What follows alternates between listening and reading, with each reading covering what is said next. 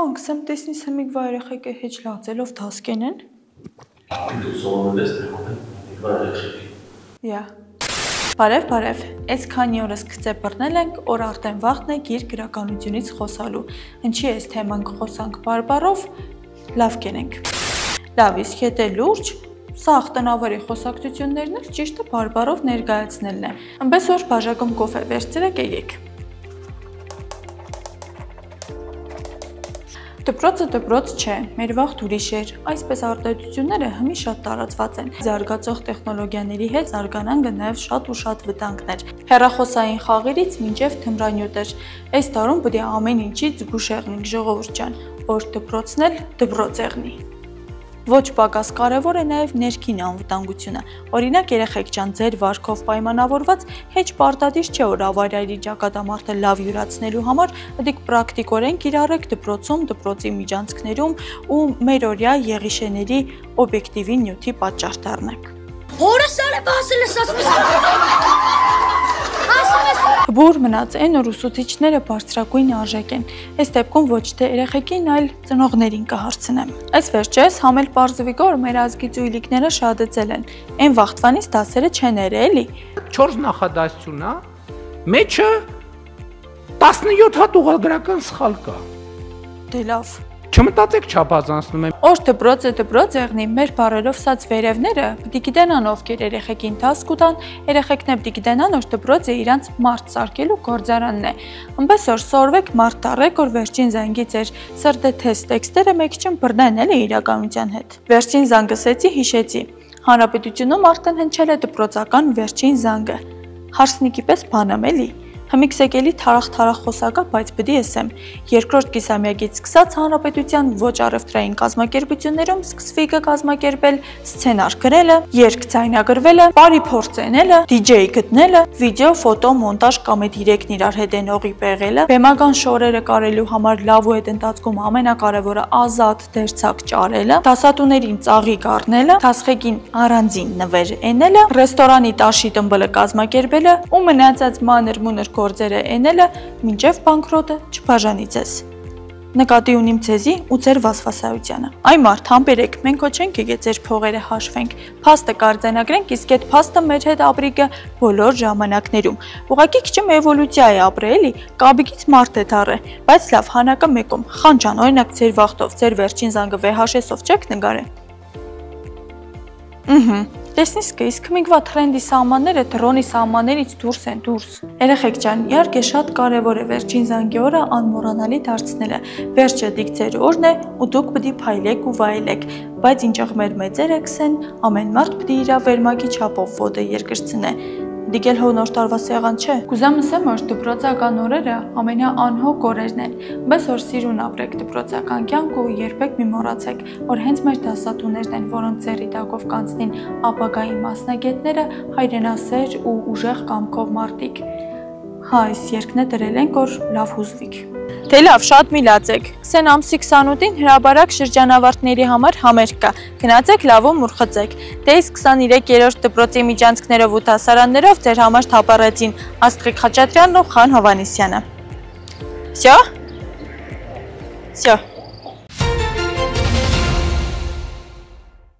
Այսօր ժամը 10:40-ի սահմաններում ներքին գործերի նախարարության փրկարար ծառայության աշխատակիցները Մարմարի գետում Հրազդան ջեկի մոտակա կամրջի մոտ հայտնաբերել են մայիսի 4-ից որոնվող 2 տարեկան երեխայի Տիգրանի Դին։ Ավելի վաղ հայտնել էինք Մարմարիկում 2 տարեկան երեխայի անհետացման փաստի առթիվ նախաձեռնվել էր քրեական վարույթ քրեական օրենսգրքի 155-րդ հոդվածի առաջին մասի հատկանիշներով։ Երեխայի կորելու մասին ահազանգը ստացվել է մայիսի 4-ին ժամը 11:52-ին, նույն պահից էլ մեկնարկել էին որոնողական աշխատանքները։ Հիշեցնենք ներքին գործերի նախարարության փրկարար ծառայության եւ ոստիկանության ծառայողները որոնողական աշխատանքներն իրականացնում էին ինչպես Մարմարիկ բնակավայրում եւ հարակից տարածքներում, այնպես էլ Մարմարիկ գետի երկայնքով եւ Աղբյուրակի ջրամբարում։ Որոնողական աշխատանքներին ներգրավված էր մոտ 860 փրկարար, այդ թվում ջրասուզակներ ու կինոլոգիական ծառայության աշխատակիցներ, ոստիկանության շուրջ 490 ծառայողներ, Մարմարիկի բնակիչներ ու կամավորներ։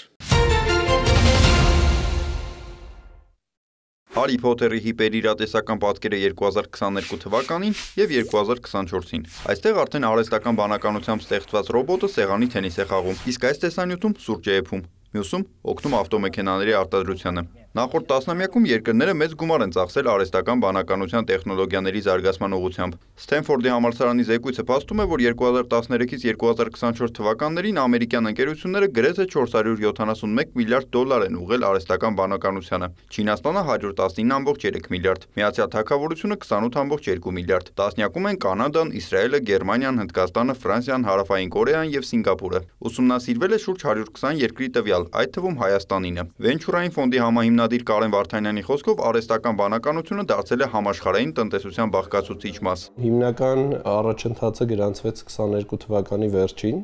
երբ որ OpenAI ընկերությունը թողարկեց իր հերթական ոնց որ լեզվական մոդելը արհեստական բանականության, որի միջոցով ուղղակի շփվելով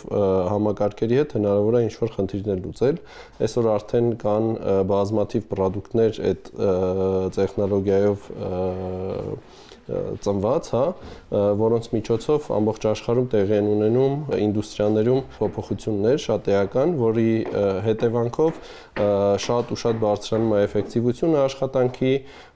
շատ ու շատ ընկնում է ծախսերը, ընկերությունների եւ այլ եւ այլ։ 2023-ի տվյալով աշխարհում արդյունաբերական ռոբոտների թիվը հասել է 4.282.000-ի։ Շատ լուրջ մրցակցություն է սկսվել մի քանի շերտով, ընդգծում է տեղեկատվական անվտանգության հարցերի փորձագետ Սամվել Մարտիրոսյանը։ Առաջինը հենց արհեստական բանականության ստեղծման ուղղությամբ է, երկրորդը դրանց միջոցով ենթակառուցվածքներ հիմնելու, եւ երրորդը արդեն այն երկրներին է վերաբերում, որոնք մեծ ֆինանսներ չունեն ներդնելու եւ ավելի շատ կիրառողի դերում են։ Արհեստական բանականությունը արդեն ներկան է, ապագան ավելի հզոր մոդելներ են լինելու, ու սա հաստատ մոտակա շատ երկար ժամանակների հիմնական գործոնն է լինելու տնտեսական, քաղաքական, նաեւ արդեն նաեւ մշակութային լավաթևատ այդ ուրիշ հարց, բայց ոնց որ վախտին այն առաջին բջջային հեռախոսները անտենաներով ինչ որ մեծ թանկ կային ու ինչ որ մարդիկ ասում են դες ինչ որ բիզնեսմենների համար է, արհեստական բանականությունը նույնպես դառնում է արդեն առօրեական մի երևույթ։ Մեր երկիրը եւս անմասն չի մնում արհեստական բանականության կիրառումից, սակայն ավելի փոքր ծավալներով։ 21 թվականից սկսած մոտավորապես 400 միլիոն դոլարի ենք կարողացել ներդրումներ ներգրավել հայկական ստարտափներում, բայց եթե համեմատենք երկրների չափերը, մոտավորապես գալիս են իրար համադրելի թվեր են դառնում։ Այսօրվա դրությամբ բոլորը կարելի ասել օգտագործում են արհեստական բանականության ինչ որ տեխնոլոգիաներ, ինչ որ գործիքներ, որոնց միջոցով ավելի արագ են կարողանում այդ խնդիրները լուծել, ու կարելի ասել, որ մեր հայկական ներդրողները, ինչպես օրինակ մեր ֆոնդն է կամ այլ ֆոնդերն են, ովքեր գործում են դաշտում, հենց դա են խթանում։ Հատկապես խրախուսում են այն ոլորտներում արհեստական բանականության կիրառումը, որոնք երկար ժամանակ չեն թվայնացվել։ Դա հնարավորություն կտա միանգամից մեծ շուկաներ գրավել, ընդգծում է Կարեն Վարդանյանը։ Նաև պետական մարմիններն են սկսել անգամ գնումներում ուշադրություն դարձնել արհեստական բանականության դերին, եւ որոշ դեպքերում նշվում է, որ կարող են լինել առաջարկներ դրանց կիրառությամբ։ Լսել եմ դեպքեր, որ եւ բարձր տեխնոլոգիաների նախարարությունը եւ էկոնոմիկայի նախարարությունը փորձում են հենց իրենց աշխատանքները, ավելի էֆեկտիվ դարձնել արհեստական բանականության միջոցով, երևի դրա համար էլ արդեն գնումների մեջ նաեւ դա են նշում, որովհետեւ իրականում անկախ նրանից ինչ ոլորտ է, եթե գործ ունենք ինչ որ առօրյա կիրառությունների հետ, այսօր այնքան շատ են գործիքները, որ հնարավոր է ցանկացած խնդիր ինչ որ ձևով էֆեկտիվացնել ու ինչու՞ չէ նաեւ արհեստական բանականությունը կիրառել պետական համակարգում։ Միացյալ Նահանգները, Չինաստանը, Եվրամիությունն ունեն արհեստական բանականության զարգացման ռազմավարություն։ Հայաստանին եւս դա անհրաժեշտ է։ Նաեւ խթանող գործիքներ է պետք ներդնել։ Կան ինչ որ հետաքրքիր գործեր, որոնք դեռ այն մակարդակի են, որ կարող ենք հասցնել այն հիմնական համաշխարհային հոսքերին։ Իրականում եթե լուրջ գումարներ չներդնել, մոտակա 1-2-3 տարվա մեջ, այս ամենը հետ կընկնի ու արդեն հասնել այն միջազգային, այսպես գիգանտներին, կոկորդիլոսներին դժվար թե ստացվի ու մենք կդառնանք որպես օգտագործող երկիր։ Մասնագետների կարծիքով արհեստական բանականությունը կարող է ռազմարդյունաբերության մեջ մեծ օգուտներ տալ, օրինակ ինքնակառավարվող անօդաչու թռչող սարքերի արտադրության տեսանկյունից։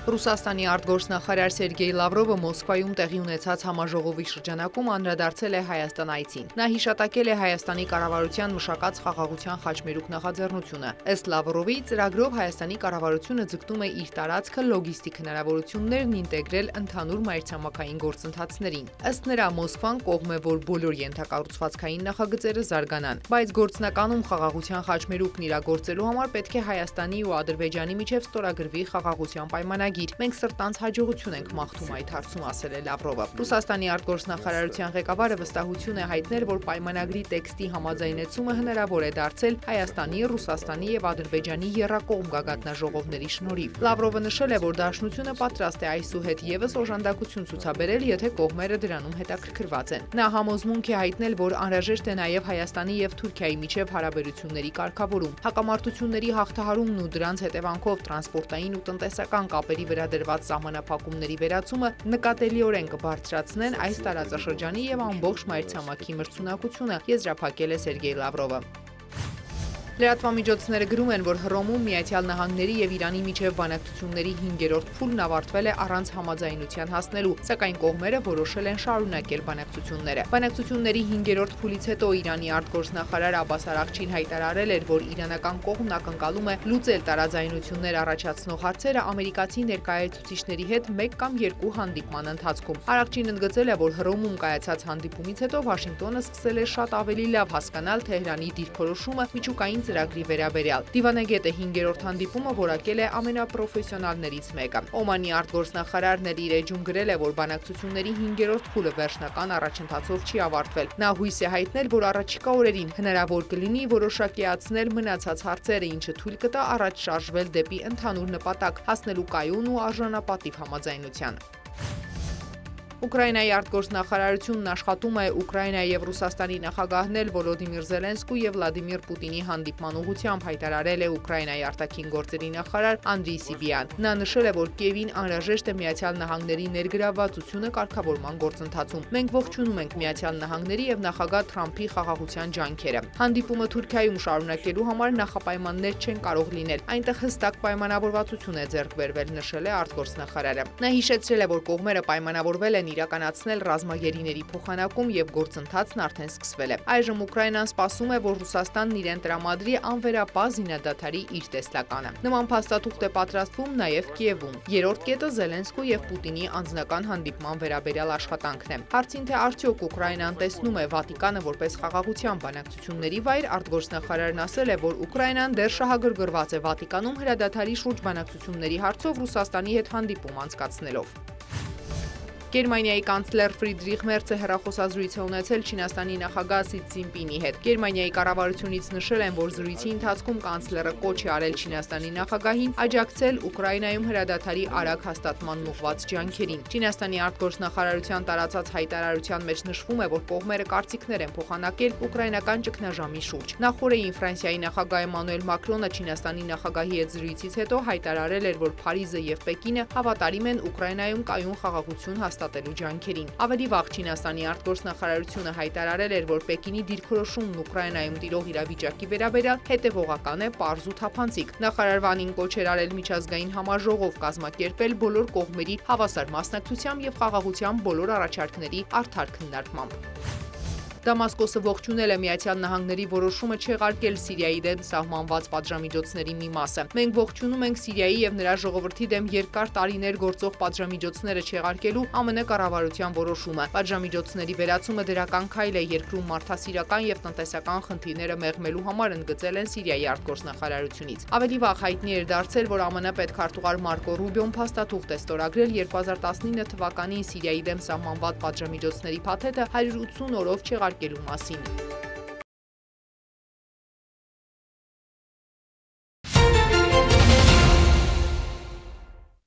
Գավառի Գրիշա Ափրոյանի անվան մարզադպրոցում դիմավորում են պատանի պարածանրորդ Արտյոմ Մոքսյանին։ Մարզադպրոցի սանը Հայաստանի պարածանրամարտի հավաքականի կազմում մասնակցել է Թբիլիսիում կայացած պարածանրամարտի աշխարհի գավաթի 2025 թվականի առաջնությանը եւ 2 ոսկե մեդալ նվաճել։ Կոնկրետ այս մեղչաշարին ժամանակը եղել մի ամիս ու կես, մի ամիս ու կեսում հասցրինք լավ արդյունք ցուցաբերել։ Առաջի անգամն էր, որ երկրից դուրս եմ եկել, լավ արդյունքը վերադարձա։ Ես շատ համառ եմ, ես մինչև վերջ գնալու եմ, ուրախացնելու մեր համայնքին, պետությանը, մեր ազգին հայոց եւ իմ ծնողներին։ Պատանի ծանրորդը 3 մոտեցումների արդյունքում գրանցում է 66 կիլոգրամ լավագույն բարձրացրած քաշ եւ 3 մոտեցումների հանրագումար արդյունքում 184 կիլոգրամ բարձրացրած քաշ։ Արտյոմ Մուքսյանի եւ նրա մարզիչ Ժորա Հովանիսյանի համատեղ աշխատանքի հաջողությամբ հպարտ ու ոգևորված են ինչպես նրանց հարազատները, այնպես էլ Գավառի համայնքապետարանը։ Մեր ցենզության մեջ էի, 2 ոսկե մեդալ ստացավ, ներկայացրեց Հայաստանը։ Շնորհակալություններն եմ ուզում հայտնել մեր մարզադպրոցի տնօրեն Վանիկ Հովեյանից, անձնական մարզիչ Ժորա Հովանիսյանից, շնորհակալություն եմ հայտնում Գուրգեն Մարտիրոսյանից իր աջակցության համար։ Հպարտանում եմ որդով, դեռ առջևում կան էլի մրցույթներ, որ պետք է մասնակցի, հիմա արդեն պատրաստվում է այդ մրցույթներին։ Շատ ուրախալ եմ, միջազգային մրցաշարերում մասնակցում են Գավառ համայնքի մարզիկները եւ նաեւ գովելի այն փաստը, որ այդ մրցաշարերում ունենում են հաջողություններ եւ Գավառ համայնքի անունը բարձր են պահում տվյալ բեմերում։ Մարզիկին փոխանցում եմ Գավառ համայնքի ղեկավարի շնորհավորանքները եւ բարեմաղթանքները։ Պատանի ծանրորդն այս հաղթանակով չի սահմանափակվում, շարունակում է մարզվել եւ կատարելագործվել մարզական հաջողությունները բազմապատկելու նպատակով։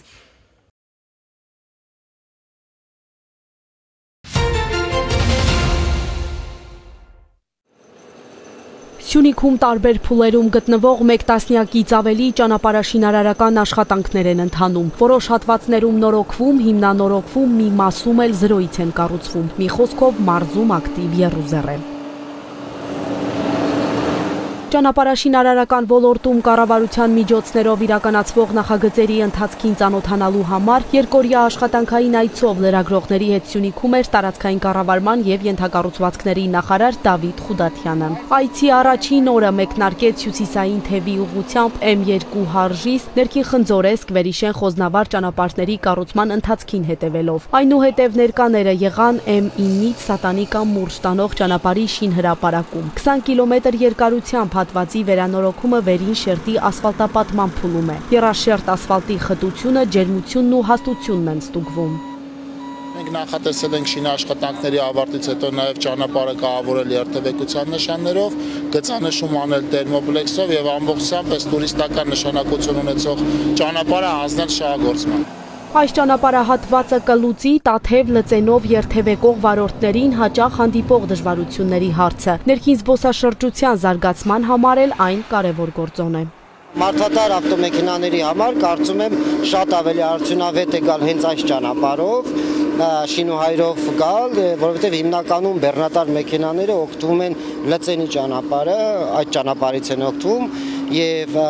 շատ ավելի թեթև է տրանսպորտային միջոցների համար, որովհետև բոլորին հայտնի է բեռնատար ճանապարհների, հատկապես ոլորանների հատվածում մեծ խնդիրներ էին առաջացնում։ Ռազմավարական նշանակություն ունեցող Որոտան խոտ ավելի քան 10 կիլոմետր երկարությամբ ավտոճանապարհի կառուցումը հատկապես կենսական է որոտանցիների համար։ Սրա անհրաժեշտությունն առաջացավ այն ժամանակ, երբ հակառակորդը 2021-ի աշնանը շրջափակեց M2 Մայրուղու Գորիս Կապան ճանապարհի որոշ հատվածը։ Միջև այս պահը Որոտանի հարցը մի քիչ շատ լուրջ է եղել։ Այսինքն դժվարությամբ ա եղել շարժը, մեքենաներ ունեին իրանք այն ոնց ասեմ, երկու կամրջանի տեխնիկան պետք է անցներ, բարձր ավտոները պետք է անցնեին ստեով։ Հիմա այս պայդուրությամբ արդեն շարժը լավացած է, երբ որ ասֆալտն է վերջացնեն, շատ լավ կլինի։ Որոտանից միջևն է 8 կիլոմետր, եթե չեմ սխալվում, մինչև Բարձրավանի Խաշմերուկ 6 կիլոմետր է նեղից է։ Այսինքն իր ճանապարհը կարճանում է, իսկ եթե պետք է անցներ շինոհայրով, գնա բանով մտնի, նեղ երկարում։ Մարդիկ արդեն ստեից շարժը կսկսվի։ Ու նույնը Շորնոխի վիճակը։ Շուրնողներ պետք է գա, Տաթևով անցնի, գնա մի քիչ երկարում։ 2022-ից մեկնարկած ճանապարհահատվածի մի մասի կառուցումն արդեն ավարտվել է։ 2 կիլոմետր հատվածում հողային աշխատանքներ են իրականացվում։ Ջրի կուտակումները, քարաթափումները խոչընդոտել են դրանց ընթացքին։ Այստեղի տարբերություն մեր հիմնական ծրագրերի ամբողջովին նոր ճանապարհ է կառուցվում, այստեղ նախկինում որպես այդպիսին ճանապարհ գոյություն չի ունեցել։ Շինաշխատանքները որոշակի բարդություններով են առաջ գնացել, հողային քանդման որոշակի խնդիրներ են եղել, ինչը բերել է նրան, որ նախագծում որոշակի նոր նախագծային լուծումներ են տրվել։ Այցի երկրորդ օրը Սյունիքի հարավում անցավ, առաջին կանգառը Շվանիձոր-Նռնաձորի ավտոճանապարհն էր։ Հյուսիս-հարավ ճանապարհի Քաջարան-Ագարակ հատվածում 2 թունել 20 կամուրջ կլինի։ Սյունիքում կառուցվող 30 կիլոմետրանոց այս ճանապարհը 1 ժամ 20 րոպե տևող երթևեկելի ժամանակը կդարձնի 20 րոպե։ Այս ճանապարհահատվածում 2 թունելներ են լինելու։ Առաջին թունելի կառուցման աշխատանքների մոտ 95%-ն ավարտել ենք։ 200 մետր երկարությամբ երկրորդ թունելի կառուցումը շուտով կսկսենք։ Քաջարանի թունելի մասով մրցույթային գործընթաց է հայտարարված, իսկ Բարգուշատի թունելի մասով առանձին բանակցություններ են ընթանում եվրոպական կազմակերպություններից մեկի հետ եւ հաջողության պարագայում իրենց ներգրավումն էլ եթե ապահովի, մենք մյուս տարի կմեկնարկենք նախադեպը ունեցող խոշոր թունելների կառուցման աշխատանքներ, որոնք էական են ինչպես Սյունիքի մարզի, այնպես էլ Հայաստանի Հանրապետության ճանապարհային ցանցի տեսանկյունից։ Ճանապարհի լայնությունը 6 մետրից դառնում է 17, ինչը ձեռնտու է երկու երկրներին։ Հայաստանում Իրանի արտակարգ եւ լիազոր դեսպան Մեհդի Սոբհանին է նշում, հավելելով սրանով կնվազի վթարների հավանականությունն ու կմեծանա բեռնափոխադրումների ծավալները։ Երբ նախագիծը կյանքի կոչվի, դա կնպաստի տնտեսական զարգացմանը եւ սրանից կշահեն մեր երկու երկրները։ Եթե Հայաստանը շահի, բնականաբար Իրանն էլ կշահի։ Հայաստանի զարգացումը, բարգավաճումը նաեւ Իրանն է ուզում։ Յուրաքանչյուր տարի հանրապետությունում 500 կիլոմետր եւ ավելի ճանապարհ է կառուցվում։ Թերություններից, նախագծերի հետ առաջացած խնդիրներից խուսափել հնարավոր չէ, ասում է տարածքային կառավարման եւ ենթակառուցվածքների նախարարը։ Օբյեկտներ են կայացել, որտեղ որոշակի խնդիրներ կան, բայց սրանք ընթացիկ ճանապարհներ են, մենք դեռ չենք ավարտել շինաշխատանքները եւ այդ եկած թերությունները կշտկվեն առաջիկայում եւ դրանից հետո նոր միայն ճանապարհը կհանձնվի շահագործման։ Ուզում եմ վստահեցնել, որ մենք վճարումներ կատարում ենք եւ ճանապարհը վերցնում ենք շահագործման այն պարագայում, երբ որ եւ լաբորատորիայի մասով եզրակացություններ ունենք, նաեւ ճանապարհը ընդհանուր առմամբ գտնվում է լավ վիճակում։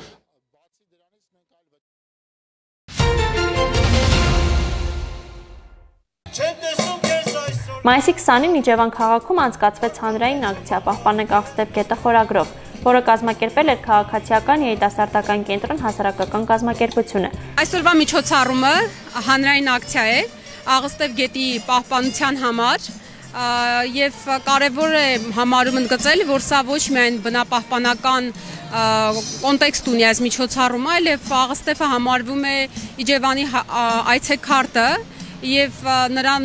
մաքուր անաղարտ պահելը մեզանից յուրաքանչյուրի համայնքային պատասխանատվությունն է։ Միջոցառման նպատակը գետի աղտոտման խնդիրն արձանագրելն ու հանրային իրազեկվածության բարձրացումն էր։ Աղստև գետը վերջին տարիներին լրջորեն աղտոտվել է կենցաղային եւ արդյունաբերական աղբով։ Գետի երկայնքով գործող տնտեսվարող սուբյեկտները, բնակիչները, ինչպես նաև չմաքրված կոյուղաջրերն ու թունաքիմիկատները շարունակում են խաթարել գետի բնական հավասարակշռությունն ու կենսաբազմազանությունը, հանրային առողջության համար ստեղծելով լուրջ սպառնալիքներ։ Աղստև գետի աղտոտվածությունը Իջևանի տարածքում արդեն արկա է շատ տարիներ։ Եվ նույն որոշ տարածքներում դրված են տեսախցիկներ, որոնք պետք է վերահսկեն խախտումները։ Շարունակելու ենք այսպիսի միջոցառումներ կազմակերպել եւ պայքարենք նրա համար, որ Աղստև գետը վերջապես մաքրվի, քանի որ այն ազդում է նաեւ մեր առողջության վրա, ինչքան աղտոտված է այս գետը, այնքան նաեւ մեր համար է դա վնասակար, մեր առողջության համար, մեր ապագայի համար։ Միջոցառմանը միացել էին համայնքային կառույցների ներկայացուցիչներ, անհատ ակտիվիստներ, մշակութային գործիչներ, ինչպես նաև Երևանի պետական համալսարանի Իջևանի մասնաճյուղի կիրառական արվեստի ֆակուլտետի ուսանողներ։ Վերջիններս հանդես եկան բացօթյա պլենումի ձևաչափով, արվեստի միջոցով բարձրաձայնելով այն խնդիրները, որոնց առջև կանգնած է գետը։ Նկարս նկարել եմ հիմնականում գետը առանց աղբի, ծառերը շատ պայծառ, այնպես ինչպես որ ինքը կարող է լինել առանց աղբի, շատ գեղեցիկ, պայծառ, ու հիմնական նպատակս այն է, որ ցույց տալ, թե ինչքան գեղեցիկ կարող է լինել գետը առանց աղբի։ Միջոցառումն ուղեկցվել է հատիկ բենդի կատարումներով, ստեղծելով ջերմ եւ ոգեշնչող մթնոլորտ։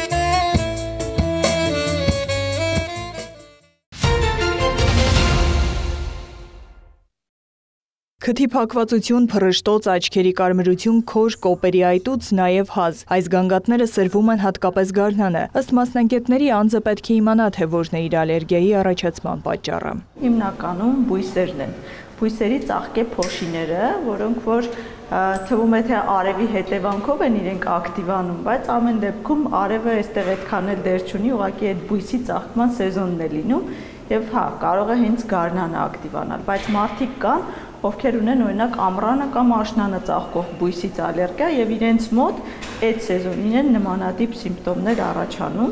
Ալերգիա ունեցող անձի վիճակը թեթևացնելու նպատակով նախ պետք է ստուգվի ալերգենի տեսակը, գտնելու այսպես կոչված հիմնական մեղավոր ալերգենը։ Միշտ հարց է առաջանում, ասենք թե իմացանք կոնկրետ ինչ-որ խոտից է կամ ինչ-որ բույսից է ալերգիան, ինչ է փոխվում մեր կյանքում։ Իրականում շատ բան է փոխվում, նախ իմանում ենք սեզոնայնությունը, օրինակ գարնանը ծաղկող բույս է, թե ամռանը ծաղկող բույս, որտեղ միշտ խորհուրդ ենք տալիս սեզոնից առաջ կանխարգելիչ դեղորայք օգտագործել, որպեսզի սեզոնը ավելի թեթև ընթանա։ Ալերգենի տեսակը որոշելուց հետո միայն պարզ է դառնում, հնարավոր է ալերգիան բուժել, թե ոչ։ Ամբողջ աշխարհում արդեն մտածել են ալերգիայի բուժում եւ դա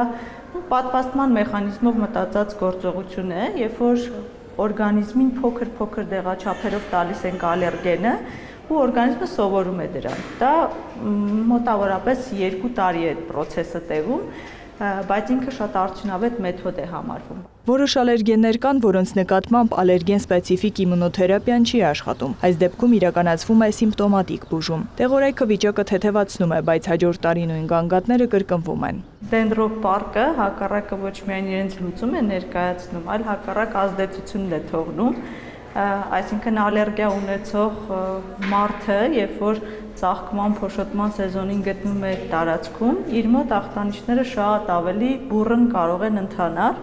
ու սա ավելի կարող է վատացնել վիճակը եւ շատ ժամանակ մարդիկ հարցնում են ես սոճուց ալերգիա չունեմ, կարող եմ հանգիստ գնալ, բայց այնտեղ միայն սոճին չէ, գետնին լիքը խոտեր կան ու տարբեր բույսեր կան եւ այդ մյուս բույսերից ալերգիա ունեցողները ելի նույն նմանատիպ սիմպտոմները կարող են ունենալ։ Չկա որևէ գիտական ապացույց, որ ծառերի փոշոտումը կարող է վերացնել կամ բուժել ալերգիան։ Ըստ մասնագետի հակառակը ալերգիայի առաջացման ռիսկը կարող է ավելի մեծանալ։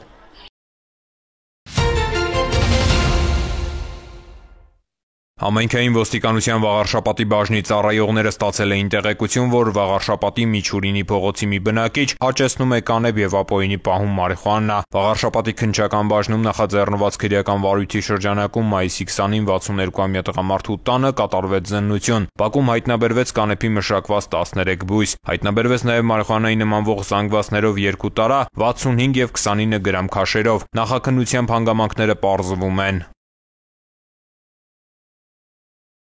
Մայիսի 21-ի առավոտյան ոստիկանության օպերատիվ կառավարման կենտրոններ զանգահարել մայրաքաղաքի մոլդովական փողոցի մի բնակիչ եւ հայտնել, որ գիշերը գողացել են Բաքում կայանված Mercedes Magnus-ի իր ավտոմեքենայի կողային հայելիները։ Վնասի չափը մոտ 150,000 դրամ էր։ Համայնքային ոստիկանության Նորնորքի բաժնի ծառայողների ձեռնարկած միջոցառումների արդյունքում պարզվեց, որ գողությունը կատարել է Նորնորքի 9-րդ զանգվածի բնակիչ 52-ամյա մի տղամարդ։ Նույն օրը ժամը 21:29-ին նա հայտնաբերվել է Երևանի Լվովյան փողոցում, ձերբակալվել եւ տեղափոխվել բաժին։ Mercedes-ի հայելիները նրա խուզարկությամբ հայտնաբերվել են։ Կազմված փաստաթղթերն ուղարկվել են քննչական բաժին, հանգամանքները պարզվում են։ Մայիսի 22-ի վաղ առավոտյան ներքին գործերի նախարարության օպերատիվ կառավարման կենտրոնահազանգ է ստացվել, որ մի երիտասարդ ցանկանում է ինքնասպանություն գործել, նետվելով Երևանի հաղթանակի կամրջից։ Ահազանգով դեպքի վայր են մեկնել օպերատիվ խմբեր։ Պարեկներն ու փրկարարները կանխել են ինքնասպանությունը։ Երիտասարդը տեղափոխվել է համայնքային ոստիկանության կենտրոնական բաժին։ Պարզվել է ինքնասպանության փորձի նախնական պատճառը, այն է երիտասարդի կողմից ժամեր առաջ հորը սպանելը։ Քրեական համայնքային ոստիկաններն ու փրկարարները Էջմիածնի Խորենացու փողոցի բնակարաններից մեկում հայտնաբերել են 22-ամյա երիտասարդի հոր, 1960 թվականին ծնված Գրիգորի Գրիգորյանի դին, նախնական տվյալներով կտրած ծակած վնասվածքներով։ Դիակի վրա առկա են եղել թղթադրամներ։ Հանգամանքները նախաքննությամբ պարզվում են։